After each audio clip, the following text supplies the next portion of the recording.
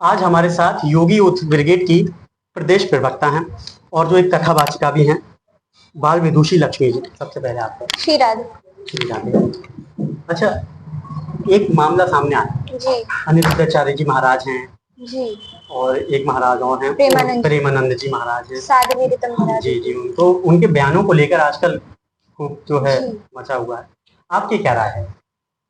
देखिए, मैं आपको बताऊं, सबसे पहले राय तो ये है कि प्रेमानंद जी महाराज, परम पूज्य प्रेमानंद जी महाराज, श्री अनिरुद्धाचार्य जी महाराज और माँ साध्वी ऋतंबरा दीदी, इन तीनों ने जो भी बातें कही, सर्वप्रथम मैं तो ये कहूंगी आप सभी ने वो बातें सुनी होंगी, मैं उसके समर्थन में हूँ। क्यों? क्योंकि आजकल की जो जनरेशन है, आजकल का जो युग है, मैं भी आज की ही जनरेशन की हूँ, ऐसी बात नहीं है, लेकिन आजकल की जनरेशन में जो चल रहा है, अनिरुद्धाचार्य जी ने बताया, लिव इन रिलेशनशिप या जो कुछ भी हो रहा है, वो हमारा, पहली बात तो हमारा कल्चर नहीं है, वो सब वेस्टर्न यानी कि पश्चिमी तरफ से वो सब आ रहा है। हम यदि सनातन धर्म में आए हैं तो हमें यह समझना चाहिए कि इसके पीछे कोई ना कोई उद्देश्य है। तो हमारा उद्देश्य ये है कि हमें अपने सनातन धर्म में जो हमारे धर्मगुरु हमसे कह रहे हैं, जो हमारे महापुरुष हमसे कह रहे हैं, हमें उस बात को पहले तो समझने की कोशिश करनी चाहिए।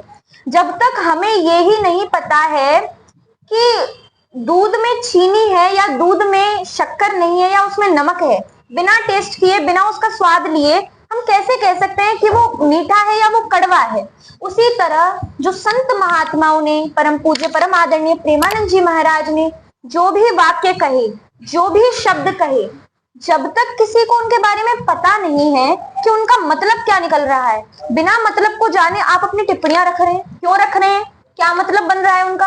आपको पता ही नहीं है कि उन्होंने जो बात कही है उसका मतलब क्या है, और ये उनका अधिकार है, वो महापुरुष हैं। जिस प्रकार माता पिता का कर्तव्य होता है अपने बच्चों को समझाना कि तुम्हें किस मार्ग पे चलना है, किस मार्ग पे नहीं चलना है, उसी तरह हर सनातनी को समझाना हमारे धर्म गुरुओं का कर्तव्य है, और यह बात हमको समझनी चाहिए, आज की जनरेशन को समझना चाहिए। तो मैं तो उनके समर्थन में हूँ पूर्ण रूप से। एक चीज ये भी सामने आ रही है कि जैसे अनिरुद्धाचार्य जी महाराज हैं, सामने ये भी आया, उन्होंने अपनी मर्यादाएं पार कर दी, कहने का तरीका कुछ अलग था। वो बहुत बड़ा पद है, बड़ी उपाधि है, उनको मेरा बारंबार प्रणाम। अब आप एक बात यहाँ लेकर चलिए कि सिक्के के दो पहलू होते हैं, चित पट, दो पहलू होते हैं। उसी तरह मानव है, यदि मनुष्य से कोई गलती ना हो तो वो भगवान बन जाए।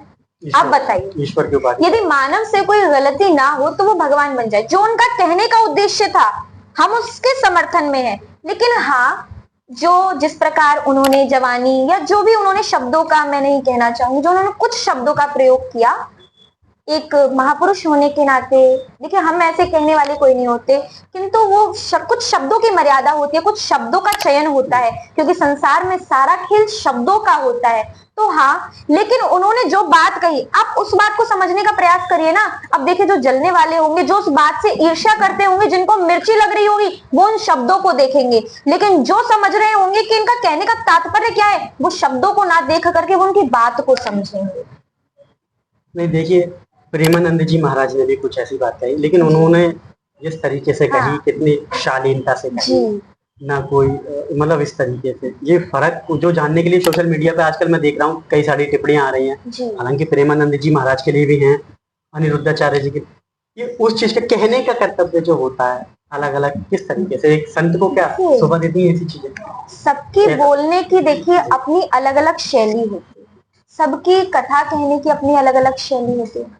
आप एक ही बात को कई प्रकार से कह सकते हैं, एक ही बात को आप कई प्रकार से कह सकते हैं।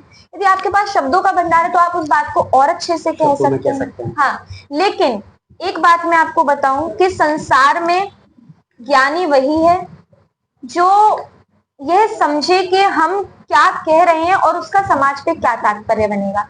लेकिन जो भी बात अनिरुद्धाचार्य जी ने कही, महाराज श्री ने कही, प्रेमानंद जी महाराज ने कही, तो मैं तो आपसे यही कहूंगी कि हाँ, वो विवादित बात है, उन पर विवाद हो रहा है, लेकिन उन्होंने क्षमा मांगी, उन्होंने कहा कि हाँ, मैंने कुछ शब्दों का प्रयोग किया जो मुझे नहीं करना चाहिए था, तो बस बात वहीं समाप्त होती है।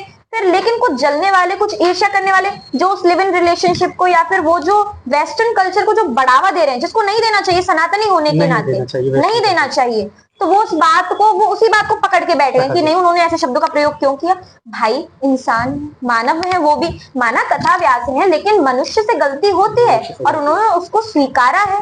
लेकिन उन्होंने जो बात कही उसके मैं पूरे समर्थन में हूँ कि उन्होंने जो बात कही वो बिल्कुल सत्य है। और आज हर सनातनी को, हर हिंदू बच्चे को, हर हिंदू बच्चियों को, एक और बात कि नारियों पे, बच्चियों पे प्रेमानंद जी महाराज कभी ऐसे भेदभाव नहीं करते कि नहीं लड़कियों पे कह रहे हैं, वो लड़कों के लिए भी बोलते हैं, वो बच्चों के लिए भी बोलते हैं कि आपको ऐसा नहीं करना चाहिए।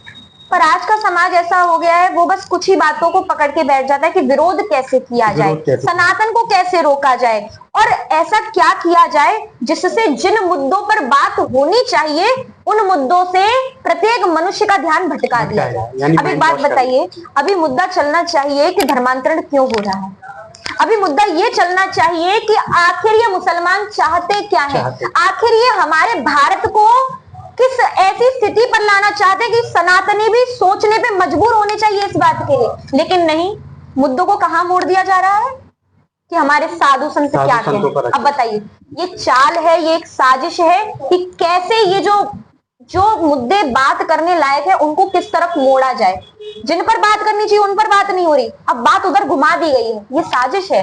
इसलिए हाँ, हर सनातनी को जानना चाहिए हिंदू भी अपने का ही विरोध कर रहे हैं। हाँ, भाई वो लड़कियां, वो बच्चियां, वो महिलाएं तब कहां चली गई थी, तब धर्मांतरण हो रहा था, तब उनकी टिप्पणियां कहां थी, जब हमारे धर्म की लड़कियों का धर्मांतरण किया जा रहा था तब उनकी टिप्पणियां कहां थी।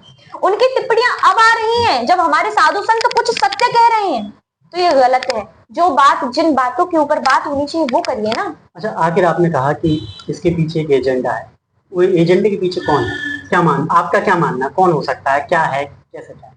देखिए मैं बताऊं तो जो हमारा सनातन, देखिए मैं बताऊं, जो हमारा सनातन धर्म है वो चैतन्य धर्म है।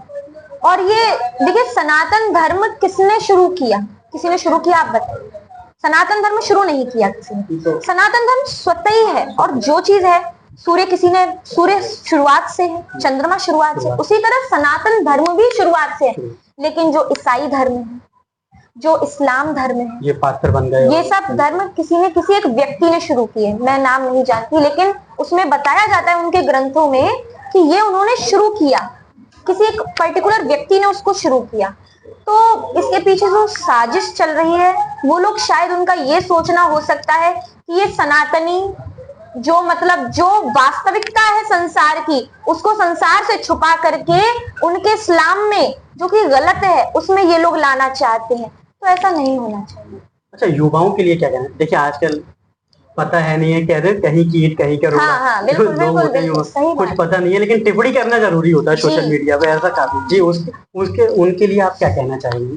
देखिए, युवाओं का तो मैं ये कहना चाहूंगी कि आजकल जो स्कूल्स, कॉलेजेस और सोशल मीडिया, सबसे बड़ी चीज मोबाइल, सोशल मीडिया, मैंने जैसा कि आपसे भी कहा था कि हर चीज के दो पहलू होते हैं, हर चीज के, उसी तरह मोबाइल के भी दो पहलू हैं, टेक्नोलॉजी के भी दो पहलू। उसको आप अच्छे कार्य के लिए भी प्रयोग कर सकते हैं, बुरे कार्य के लिए।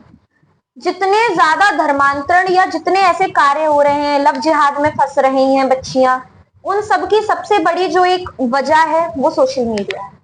सोशल मीडिया से कनेक्ट हो रही है, अच्छी जगह नहीं जा रहे कि ये नहीं कथा सुनी। और इसमें सबसे बड़ी जो कमी है, देखिए युवाओं की कमी मैं मानूंगी, युवाओं की कमी है, लेकिन सबसे बड़ी कमी उनके माता पिता की। एक बात बताइए, क्या मैं युवा नहीं हूँ? मेरे माता पिता ने मुझे ऐसे संस्कार दिए, मुझे बताया कि रामचरितमानस क्या है, मुझे बताया कि शिव पुराण क्या है, मुझे बताया कि भागवत क्या है, तभी तो मैं यहाँ आई, तभी तो मैं समझी उस चीज को। लेकिन आजकल के माता पिता, छोटा बच्चा है उसको फोन पकड़ा दिया, मोबाइल, अब वो मोबाइल में क्या देख रहा है, स्क्रॉल कर रहा है, स्क्रॉल करते करते कुछ ऐसी चीज आ गई, उसका ध्यान भटका, जिज्ञासा हुई इसे, ये क्या है, ये कैसे है, किसी को मैसेज किया, किसी से बात की। तो सबसे बड़ी जो कमी है वो माता पिताओं की है। युवाओं से ज्यादा तो मैं माता पिताओं से, जितने माता पिता आज देख रहे हो, मैं सबसे हाथ जोड़कर निवेदन करूंगी कि आप मोबाइल में से ध्यान हटाकर अपने बच्चों पर ध्यान दीजिए।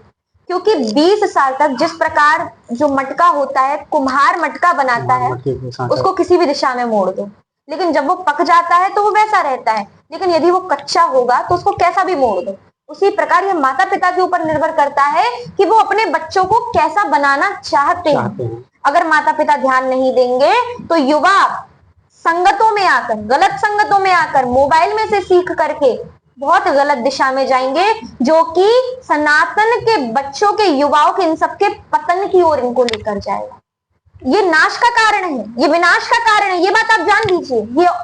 ये हमें ये नहीं सिखाएगा कि हमें अपने जीवन में सफल कैसे होना है, ये सब सिखाएगा कि जीवन में नाश कैसे होगा, विनाश कैसे होगा, क्योंकि इन सबका कोई मतलब ही नहीं है। और बिना मतलब की बातों का तो कोई मतलब नहीं है, कोई तात्पर्य नहीं है। इसलिए मैं युवाओं से ज्यादा माता पिताओं से ये अनुरोध करूंगी कि अपने बच्चों को पढ़ाना है तो विद्यालयों में से सीबीएसई बोर्ड में पढ़ाइए, लेकिन उसके साथ साथ अपने संस्कार दीजिए। और सरकार को भी, सरकार की कमी है।